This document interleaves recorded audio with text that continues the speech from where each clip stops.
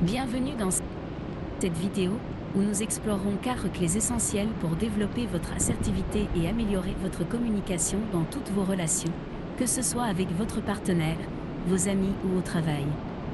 L'assertivité n'est pas seulement une technique de communication, c'est un mode de vie qui privilégie le respect mutuel, l'honnêteté et la recherche de solutions qui profitent à toutes les parties. Avez-vous du mal à exprimer ce que vous pensez sans craindre le conflit ? Ou avez-vous l'impression d'être entendu seulement lorsque vous élevez la voix ? Cette vidéo est pour vous. Qu'est-ce que l'affirmation de soi ?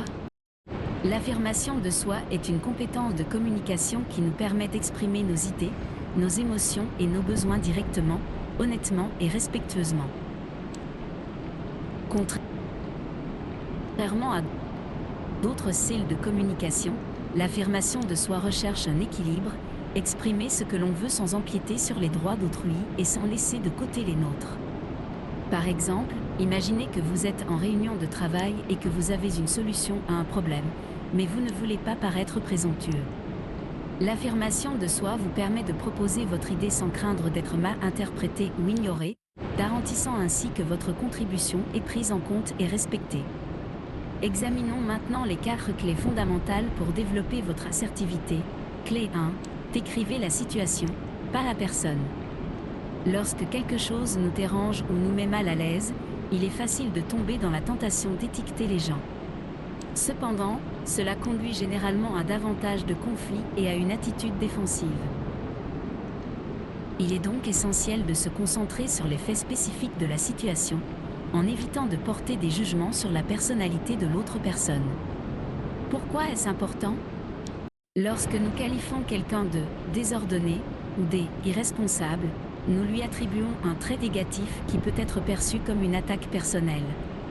Cela rend non seulement la communication difficile, mais peut également nuire à la relation. Au lieu de cela, en décrivant la situation, vous aidez l'autre personne à comprendre le problème sans se sentir attaqué.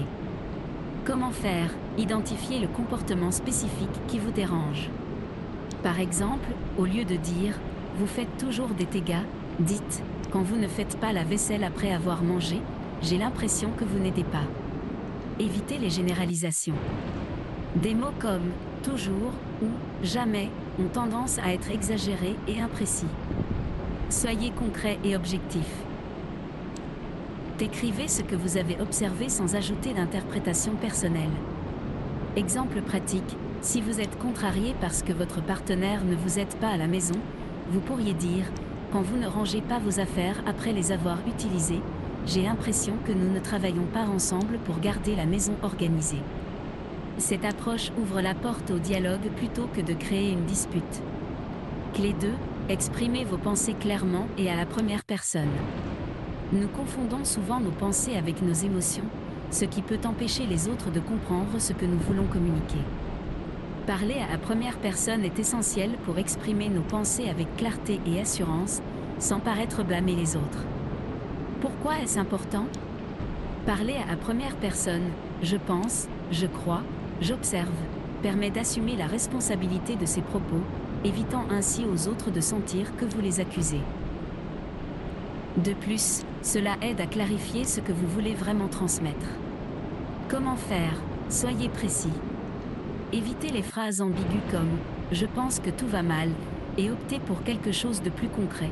Je pense que nous pourrions améliorer notre communication si nous parlions plus souvent. Évitez de mélanger les pensées et les émotions. Si quelque chose vous dérange, clarifiez d'abord ce que vous pensez, puis, dans une autre étape, communiquez ce que vous ressentez. Utilisez un langage positif. Au lieu de vous concentrer sur le négatif, concentrez-vous sur ce que vous aimeriez améliorer ou changer. Exemple pratique, si votre collègue ne participe pas à un projet comme vous l'espériez, vous pourriez dire « Je pense qu'il serait utile que nous collaborions davantage sur cet aspect du projet ». De cette façon, nous pourrions avancer plus rapidement. Cela exprime votre attente de manière claire et respectueuse, sans confrontation. Clé 3. Communiquez vos émotions honnêtement et directement. Exprimer nos émotions est un élément essentiel de l'affirmation de soi. Cependant, nous évitons souvent de le faire par peur du rejet ou parce que nous ne voulons pas montrer de vulnérabilité. Cependant, communiquer ce que vous ressentez est essentiel pour établir des relations plus authentiques et efficaces. Pourquoi est-ce important? Lorsque vous exprimez vos émotions, vous permettez aux autres de comprendre comment une situation vous affecte, ce qui leur permet d'agir plus facilement en conséquence. De plus, exprimer ces émotions réduit la frustration et le stress, vous aidant ainsi à garder le contrôle dans les situations difficiles. Comment faire? Identifiez vos émotions. Avant de communiquer, réfléchissez à ce que vous ressentez exactement. Utilisez des mots concrets comme triste, en colère, frustré ou heureux. Soyez bref et direct. Évitez de tourner autour du pot ou de trop justifier vos émotions. Évitez de blâmer les autres pour vos sentiments. Au lieu de dire « tu me fais du mal », dites « je me sens frustré quand cela arrive ». Exemple pratique, si un ami a annulé des projets à plusieurs reprises, vous pourriez dire « je suis déçu lorsque tu changes de plan à la dernière minute parce que j'apprécie tellement de passer du temps avec toi ».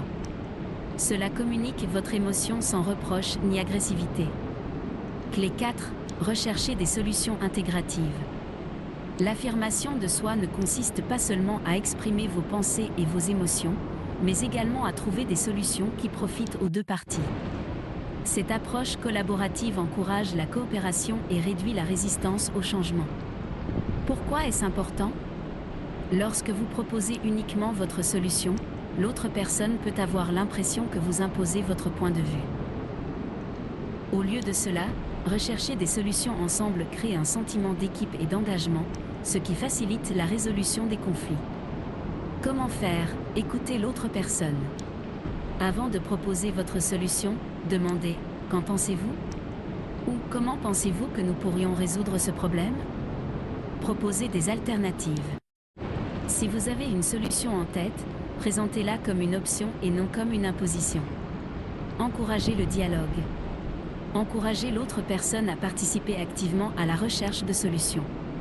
Exemple pratique, si vous avez un désaccord avec un collègue au sujet d'un projet, vous pourriez dire « Quand les délais ne sont pas respectés, j'ai l'impression que le travail de chacun prend du retard. » Que faire pour éviter cela? Nous pourrions établir ensemble un calendrier pour mieux organiser les livraisons. Cette approche implique l'autre personne et réduit les risques de conflit. Nous avons atteint la fin de cette vidéo.